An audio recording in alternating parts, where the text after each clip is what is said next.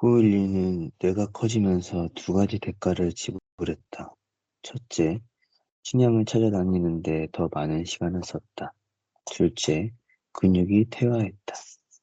국방 예산을 교육 부분으로 전용하는 정부처럼 인류는 근육에 쓸 에너지를 뉴런에 투입했다.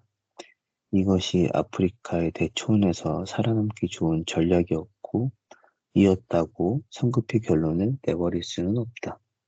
침팬지는 호모사피엔스와 논쟁을 벌여 이길 수는 없지만 인간을 헝겊 인형처럼 찢어버릴 완력을 가지고 있지 않은가.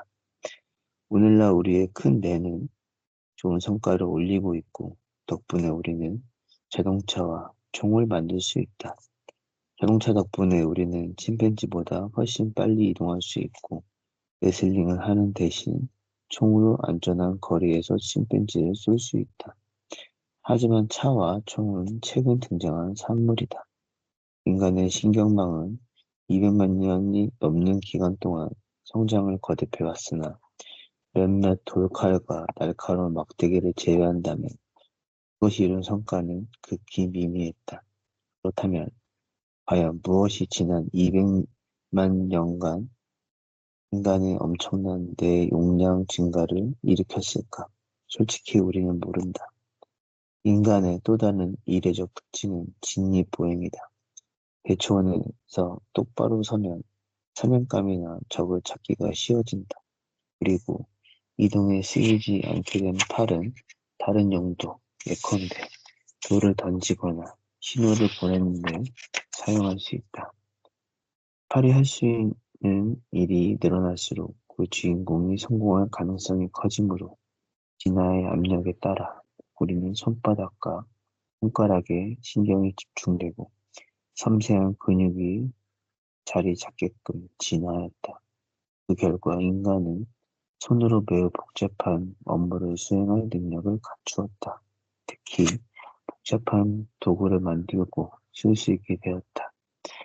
인간이 도구를 만들었다는 첫 증거가 나타나는 시기는 약 250만 년 전으로 거슬러 올라간다. 도구의 제작과 사용은 고고학자들이 고인류를 인정하는 기준이다. 하지만 직립보행은 단점이 있다. 지난 수백만 년간 우리 영장류 선조들은 머리가 상대적으로 작고 네 발로 기는 몸을 지탱하는 골격을 진화시켜왔다. 그러다가 직립 자세에 적응하는 것은 상당한 도전이었다. 특히 유달리 커다란 골격이 비계처럼 지탱해야 하기에 더 그랬다. 인간은 높은 시야와 부지런한 손을 얻은 대가로 오늘날 허리가 아프고 목이 뻣뻣해졌다. 여성은 더 큰 비용을 치렀다. 똑바로 서서 걸으려면 엉덩이가 좁아야 하므로 아기가 나오는 산도 좁아지는데 하필이면 아기의 머리가 점점 커져가는 기간에 이런 일이 일어났다. 분만 중 사망은 인간 여성에게 주요한 위험이 되었다. 아기의 뇌와 머리가 상대적으로 작고 유연할 때 일찍 출산하는 여성이 더 살아남기 쉬웠고 더 많은 아기를 낳을 수 있었다. 네.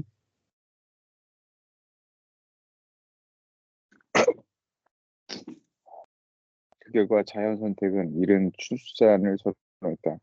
사실 다른 동물과 비교할 때 인간은 생명 유지에 필요한 많은 시스템이 덜 발달된 미숙한 상태로 태어난다. 갓 태어난 강아지는 곧 걸을 줄 알고 고양이는 생후 몇 주만 지나면 몸이 품을 떠나 혼자 힘으로 사냥에 나선다. 그에 비해 인간의 아기는 무력하며 여러 해 동안 어른들이 부양하고 지키고 가르쳐 주어야 한다. 인간의 사회적 능력이 뛰어난 것도 이 덕이요. 특유의 사회적 문제를 안게 된 것도 이 탓이다. 혼자 사는 엄마는 줄줄이 딸린 자녀와 자신을 위한 식량을 충분히 조달하기 어렵다. 애를 키우려면 가족의 다른 구성원 및 이웃의 지속적인 도움이 필요하다. 인간을 키우려면 부족이 필요했고, 따라서 진화에서 선호된 것은 강한 사회적 결속을 이룰 능력이 있는 존재였다. 게다가 인간은 미숙한 상태로 태어나기 때문에 교육을 받고 사회화할 수 있는 기간이 다른 어떤 동물보다 길다. 대부분의 포유동물은 자궁에서 나올 때 말하자면 유약 발라 구운 도자기 같은 상태로 나오기 때문에 그것을 어떻게든 재성형하려면 긁히거나 깨질 수밖에 없다. 이와 달리 인간은 용광로에서 막 꺼낸 녹은 유리덩어리 같은 상태로 자궁에서 나온다. 놀라울 정도로 다양하게 가공이 가능하다는 말이다. 우리가 아이를 교육시켜 기독교인이나 불교도로도 자본주의자나 사회주의자로도 도전적 인물이나 평화를 사랑하는 인물로도 만들 수 있는 것이기 때문이다. 우리는 이렇게 가정한다. 뇌가 크고 도구를 사용하며 학습 능력이 뛰어나고 복잡한 사회적 구조를 갖추면 크게 유리할 것이다. 인간은 분명 이런 특징 덕분에 지구에서 가장 강력한 동물이 된 것으로 보인다. 하지만 인간은 200만 년 동안 이런 특징을 지녔음에도 계속 연약한 주변부 존재일 뿐이었다. 200만 년 전, 인간은 뇌가 크고 날카로운 돌도구가 있었음에도 불구하고 포식자를 끊임없이 두려워하며 살았고 큰 사냥감을 잡는 일은 드물었다. 주로 식물을 채취하고 벌레를 주워담고 작은 동물에게 몰래 접근하며 다른 힘센 육식 동물이라는 담긴 썩은 걸 먹었다. 초기 석기의 가장 흔한 용도는 뼈를 쪼개 골수를 빼는 일이었다. 인간의 원래 생태적 지위가 그것이었다고 믿는 연구자들도 일부 있다. 딱따구리가 나무 속에서 벌레를 꺼내는데 특화했듯이 최초의 이동은 뼈에서 골수를 꺼내는데 특화했다는 것이다. 네, 왜 하필 골수였을까? 예컨대 한 무리의 사자가 기린을 쓰러뜨린 뒤 뜯어먹고 있는 것을 당신이 보았다고 하자. 당신은 이들의 식사가 끝날 때까지 끈기 있게 기다린다. 하지만 차례는 아직 멀었다. 사자가 남긴 것은 하이에나와 자칼의 몫이다. 당신은 감히 거기 끼어들지 못한다. 당신과 당신의 무리는 이들의 식사가 끝난 다음에야 좌우를 조심스럽게 살피며 다가가서 남아있는 잔해 중에 먹을 수 있는 조직을 찾아 열심히 먹기 시작하는 것이다. 이것은 우리의 역사와 심리를 이해하는 열쇠다. 먹이사슬에서 호모 속에 차지하는 위치는 극히 최근까지도 확고하게 중간이었다. 수백만 년 동안 인간은 자기보다 작은 동물을 사냥하고 식물을 채취해 왔으며 지속적으로 대형 포식자에게 사냥을 당해왔다.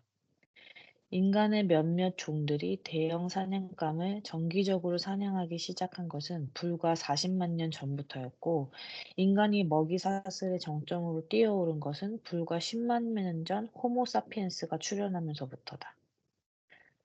중간에서 꼭대기로 단숨에 도약한 것은 엄청난 결과를 낳았다. 피라미드의 꼭대기에 있던 다른 동물, 예컨대 사자나 상어는 수백만 년에 걸쳐 서서히 그 지위에 올랐다.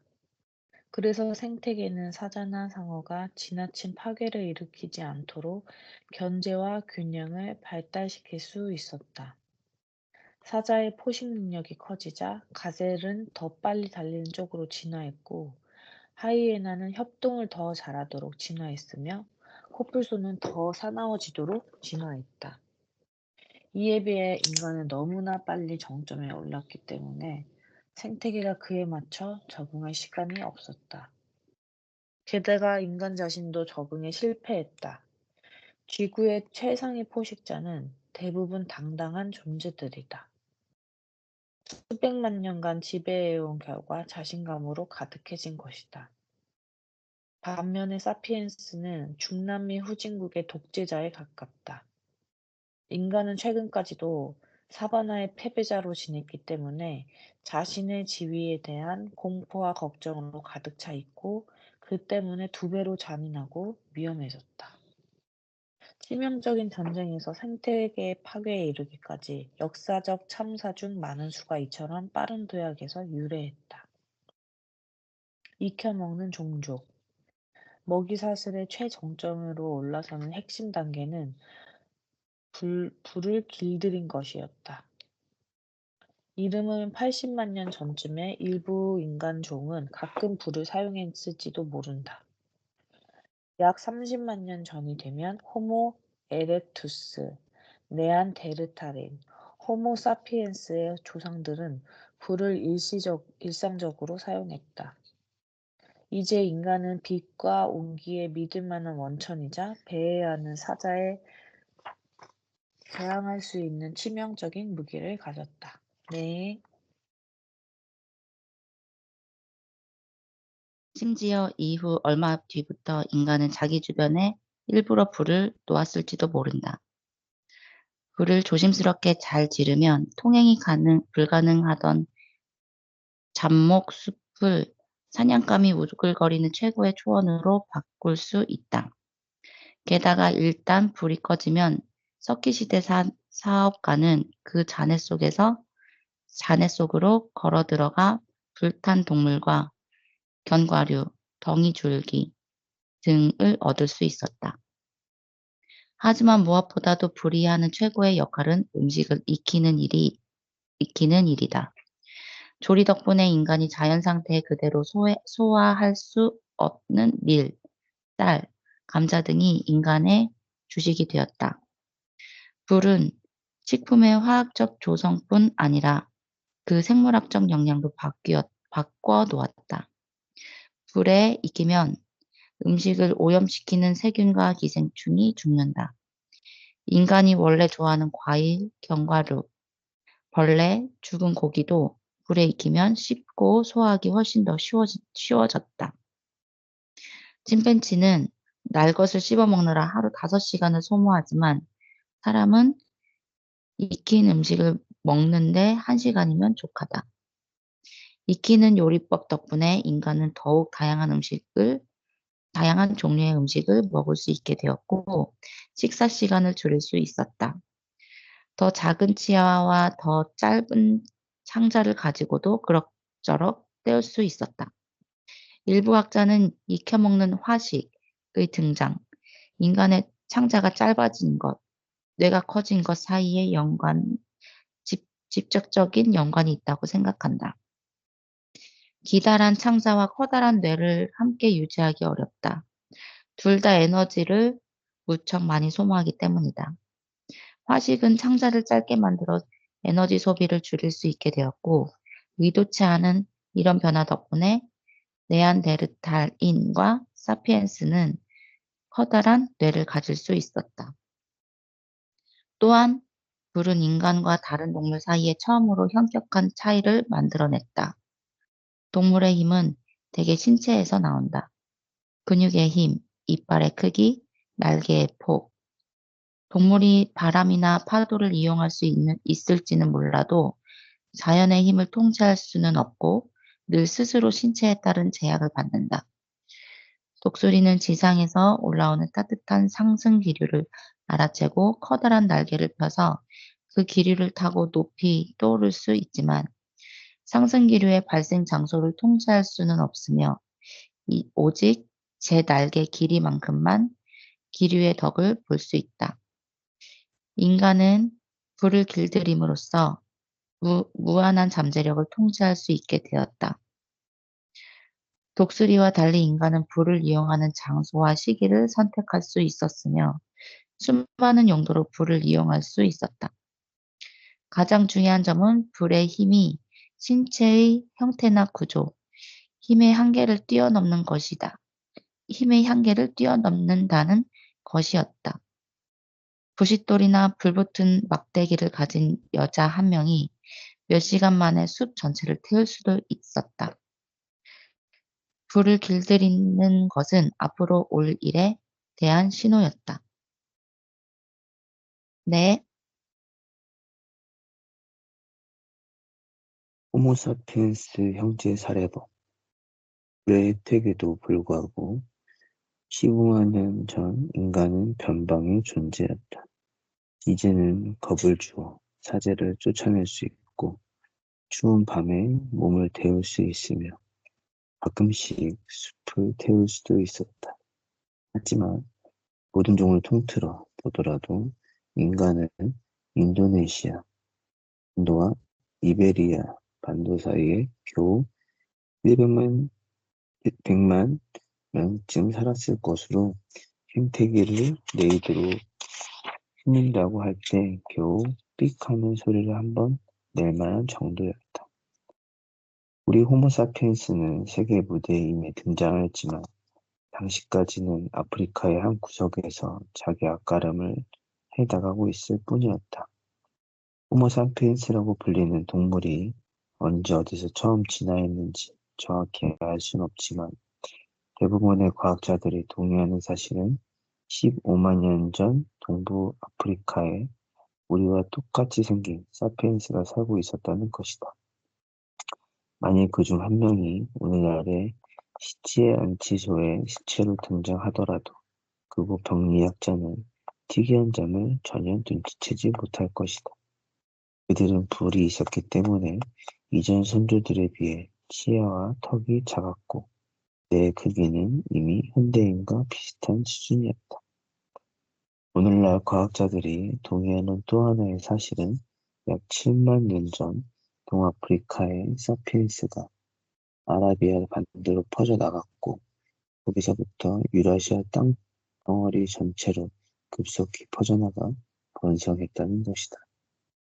호모사피엔스가 아라비아 반도에 상륙했을 당시 대부분의 유라시아 지역에는 다른 종류의 인간들이 이미 정착해 있었다.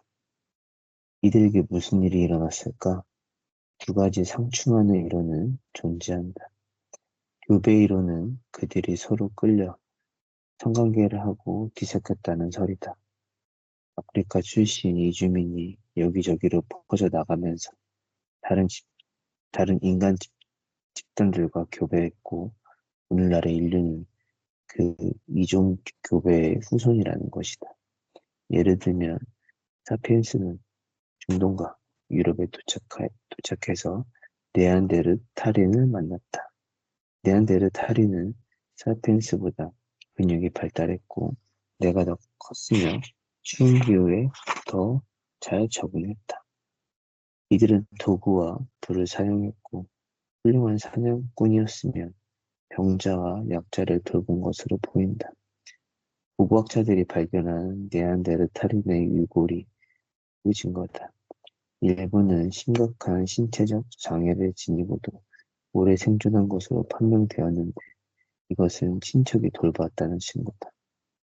만화에서 묘사하는 네안데르탈인은 야만적이고 멍청한 헬거인의 상징인 경우가 흔하지만 최근 발견되는 증거들은 그런 이미지를 바꾸었다.